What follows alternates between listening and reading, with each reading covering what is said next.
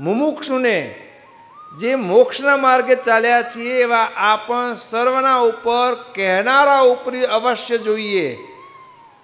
સાંઈ બાપાના શબ્દોમાં કહીએ તો જેને કહેનારા નથી, ટોકનારા નથી, એના ભાગ ફૂટ્યા.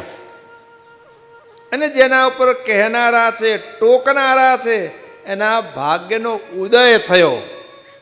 કાઠું પડે ટોકે, કાઠું પડે ને, પણ ટોકે અને ટોકણી ખમે અને જે સૂચન થયું હોય એ જીવનમાં વણી લે, આચરણમાં મૂકી દે, કહેનારના વચન ઉપર વિશ્વાસ રાખે તો બંધુ એના ભાગ્ય ઉદય થયા, એના કલ્યાણમાં કોઈ વિઘ્ન ના આવે.